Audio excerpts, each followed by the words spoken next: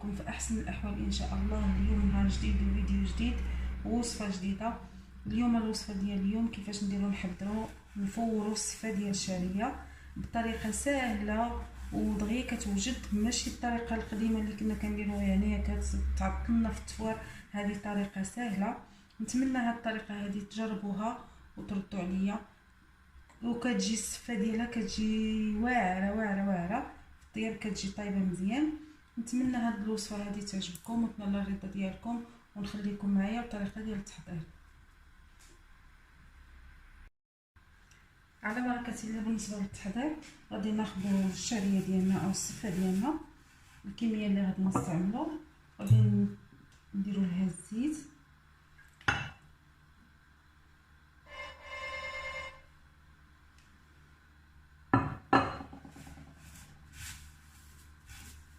ندهنوها مزيان هكا بالزيت ونخليوها ترتاح على ما يغلى الماء ديالنا في البرمه ونديروها في البرمه.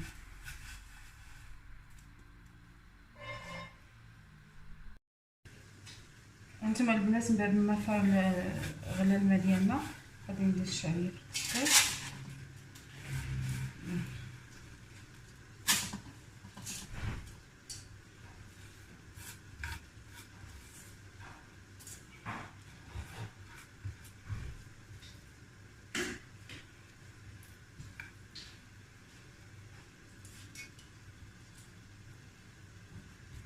هانتوما هكا ونديرها في البرمه تفور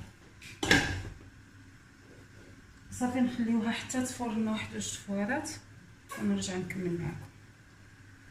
هانتوما البنات من بعد ما فارت غادي نخليوها هكا في الكسكاس.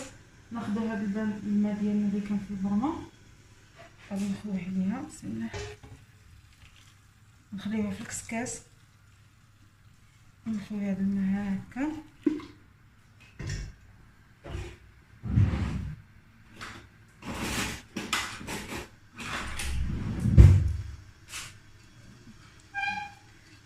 نديروها هكا نخليوها تشرب واحد شويه الماء.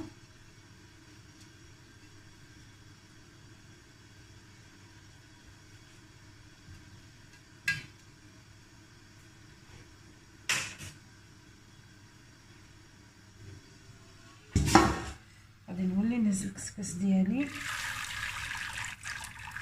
نحطو في البرمه وعاوتاني نولي نرد عليه هاد الماء الطايب.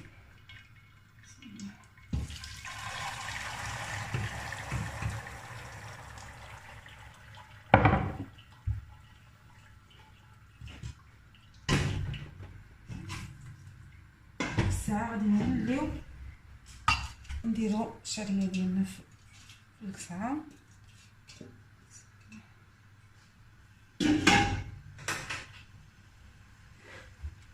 نخليها كتشرب لنا واحد شويه ونرجع.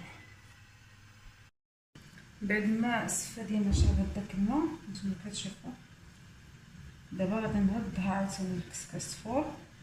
غادي نستمر بهاد العمليه جوج حتى لثلاثه المرات. الا كان عندي الشعريه راه كاين واحد النوع رقيق وكاين واحد النوع غليظ بحال هذه اللي عندي انا شويه غليظه كما كتشوفوا شويه غليظه، غادي تحتاج لثلاثه المرات. الا كانت ديك الرقيقه غير جوج مرات وها هي واجده.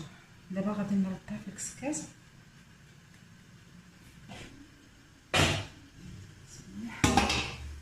نردها في الكسكاس ونردها في الفران هكا دغيا كتوجد بحال اللي كنديرو كسكسو.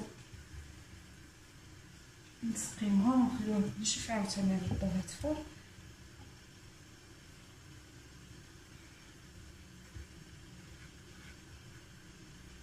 صافي غادي نردها البرمه ونخليها تفور.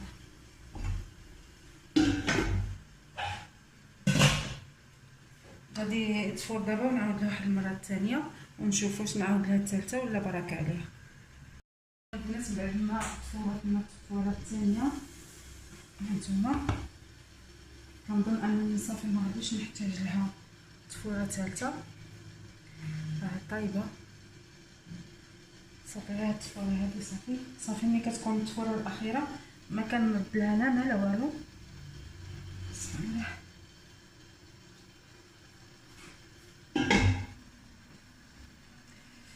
صافي راه هايبه، يعني درت لها غير جوج تفويرات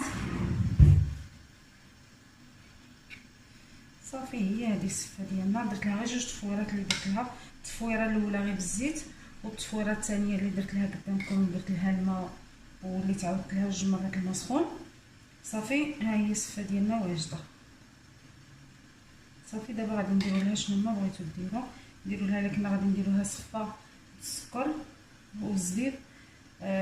غادي ندير لها يعني الزبيب غادي ديريه في التفويره الثانيه، منين درنا لها الماء ودرناها غادي نديرو معاها الزبيب ونديروها تفور. الا كنا غادي نديروها بالدجاج ولا مدفونه ولا يعني هكا غادي ندير لها شويه الزبده ولا المهم كما بغيتو ديروا لها. انا غادي نستعمل معاها واحد الطريقه اخرى، غادي نديرها بالخضره. نخليكم هذا الفيديو هذا حتى لهنا غادي يتسالى. الفيديو اللي من موراه غادي يكون باش غادي نوجدها السفه هذه غادي نديرها بالخضره، وغادي تشوفوا الطريقه والمقادير اللي غادي نحتاج في الفيديو الاخر ان شاء الله. الى اللقاء الى فيديو اخر ان شاء الله. وما تنسانيش دائما بالتعليقات ديالكم الزوينه اللي كتشجعني، وبلي لايك.